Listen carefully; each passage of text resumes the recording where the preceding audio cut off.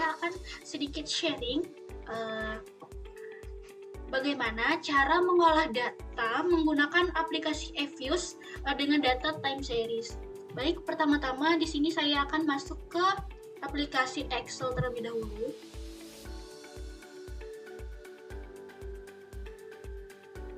Nah, di sini sudah tertera data dengan judul data, pengaruh sentimen investor arus kas, operasi dan tingkat hutang terhadap return saham pada PT Bank Sentral Asia periode 1993 sampai 2024. Nah, di sini return sebagai variabel Y, sentimen sebagai variabel X1, arus variabel X2 dan hutang variabel X3. Nah, pertama-tama kita blok terlebih dahulu semua data, lalu kita copy dan masuk ke aplikasi Evius-nya.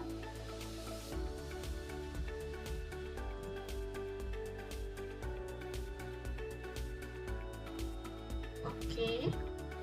Nah, di sini kita mulai dengan lembar kerja baru, yaitu dengan memilih create a new Evius workfile. Nah, untuk work file struktur type-nya kita memilih yang paling pertama yaitu unstructured atau undate. Untuk observation-nya kita mempunyai 32 sampel yang dimana dari tahun 1993 tadi sampai 2024. Untuk work file-nya ini opsional saja. Di sini saya isi itu olah data, lalu oke. Nah, lalu kita di sini pilih quick lagi, empty group. Nah, di sini kita akan memasukkan data yang telah kita copy paste tadi dari Excel. Pertama-tama kita beri jarak terlebih dahulu ya teman-teman. Nah, sudah. Lalu kita paste. Nah, lalu untuk analisis deskriptif statistiknya kita keluarkan terlebih dahulu ini. Yes. Lalu kita blok ini ya teman-teman sesuai dengan variabel tadi, yaitu variabel Y, X1, X2 dan X3 secara berurutan.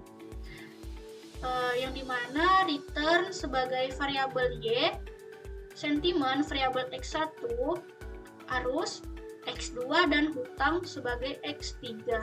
Lalu kita pencet kanan, open, lalu S group. Nah, setelah muncul data seperti ini kita pencet view. Lalu untuk menganalisis deskriptif statistiknya kita memilih deskriptif statistik, lalu common sample. Nah, akan muncul seperti ini teman-teman, yang dimana berisi median, maksimum, minimum, standar devisa dan lain-lain. Nah, teman-teman bisa melihatnya di layar untuk nilai-nilainya.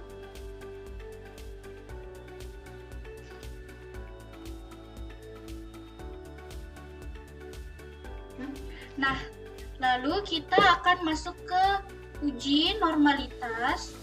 Nah, di sini kita blok terlebih dahulu variabel Y yaitu return, variabel X1 yaitu sentimen, variabel X2 yaitu arus dan variabel X3 yaitu hutang.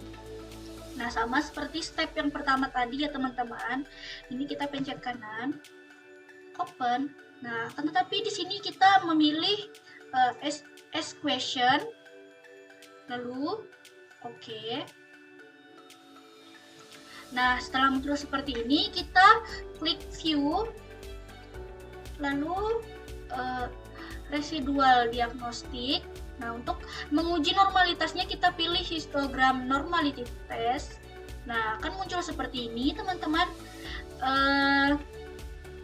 Hasil dapat dikatakan normal dilihat dari nilai probability-nya jika lebih dari 0,05. Nah, di sini dapat kita lihat nilai probability-nya yaitu 0,37. Nah, hasil uji normalitas di sini mengindikasikan bahwa data tersebut terdistribusi normal. Selanjutnya kita akan menguji asumsi klasik. Sebelumnya uji asumsi klasik ini dibagi menjadi 3, yaitu uji multikolinearitas, terus yang kedua ada uji heteroskedastisitas, dan terakhir ada uji autokorelasi. Oke, kita masuk ke uji asumsi klasik yang pertama, yaitu uji multikolinearitas. Caranya pertama kita klik view, lalu koefisien diagnosis, dan klik variance inflation factor. Diklik ya teman-teman. Nah, ini kan ada hasilnya nih. Dari hasil uji multikolinearitas yang ditampilkan di FUS ini, terlihat bahwa nilai VIV-nya untuk masing-masing variabel adalah itu sentimen itu 1,042777, arus 1,006929, dan hutang 1,037607. Karena semuanya di bawah 10, maka model ini bebas dari gejala multikolinearitas.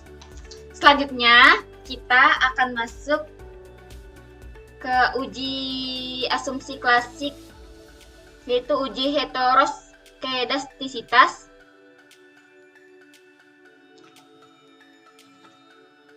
Caranya kita klik view, lalu residual diagnosis, dan klik heteroskedasticity test. Diklik teman-teman.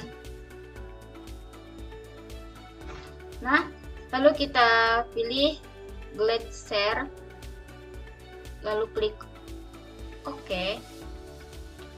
Nah, dari hasil uji heteroskedastisitas yang ditampilkan ini, nilai OBSR score-nya yaitu 6,108624, itu lebih besar dari 0,05, dan prop chi-square-nya 0,1064, dan itu lebih besar dari 0,05.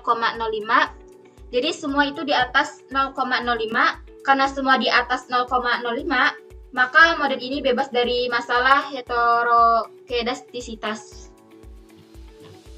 Selanjutnya di sini kita akan uji autokorelasi. Yang pertama kita klik view. Selanjutnya kita pilih residual diagnostic. Lalu serial ini kita klik OK. Nah, di sini teman-teman untuk lihat hasilnya, teman-teman bisa lihat bagian prop chi-square.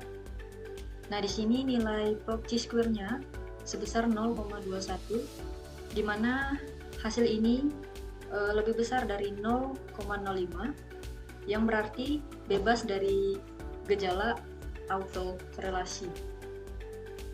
Setelah uji autokorelasi, selanjutnya itu uji analisis regresi. Diklik kanan, open, last question, OK. Kemudian muncul data seperti ini. Teman-teman bisa lihat probability-nya itu bervariasi. Untuk sentimen, datanya ini tidak signifikan, karena untuk menilai data signifikan itu nilainya harus di bawah 0,05. Arus 0,00 yang artinya itu signifikan karena berada di bawah 0,05. Hutang 0,76 yang artinya itu tidak signifikan. Sehingga dapat disimpulkan sentimen dan hutang tidak berpengaruh signifikan terhadap struktur. Selanjutnya itu untuk melihat nilai simultan, itu dilihat dari probability F statistiknya. Nilainya itu ada di 0,04, 0,04 ini menunjukkan angka di bawah 0,05. Jadi data ini adalah simultan atau berpengaruh. Selanjutnya itu interpretasi. Yang pertama yaitu peningkatan atau penurunan sentimen secara parsial tidak berpengaruh signifikan terhadap peningkatan atau penurunan retur. Yang kedua, peningkatan atau penurunan arus secara parsial berpengaruh signifikan terhadap peningkatan atau penurunan retur. Yang ketiga yaitu peningkatan atau penurunan hutang secara parsial tidak berpengaruh signifikan terhadap peningkatan atau penurunan retur. Yang terakhir yaitu peningkatan atau penurunan hutang secara simultan berpengaruh signifikan terhadap peningkatan atau penurunan retur. Uji yang terakhir yaitu uji conversion determinasi. Uji ini itu digunakan untuk mengetahui seberapa besar kemampuan variabel independen untuk mengetahui atau menjelaskan variasi variabel dependen. Untuk mengetahuinya itu dilihat dari nilai adjusted security. Di data ini menunjukkan bahwa perubahan sentimen, arus, dan hutang dapat menjelaskan perubahan retur sebesar 0,162 atau 16,2%, sedangkan selebihnya 83,8% ditentukan variabel lain di luar variabel independen dalam model ini. Itu saja penjelasan dari kami. Semoga video ini bermanfaat bagi kita semua dan membawa dampak atau memberikan wawasan bagi teman-teman semua. Terima kasih.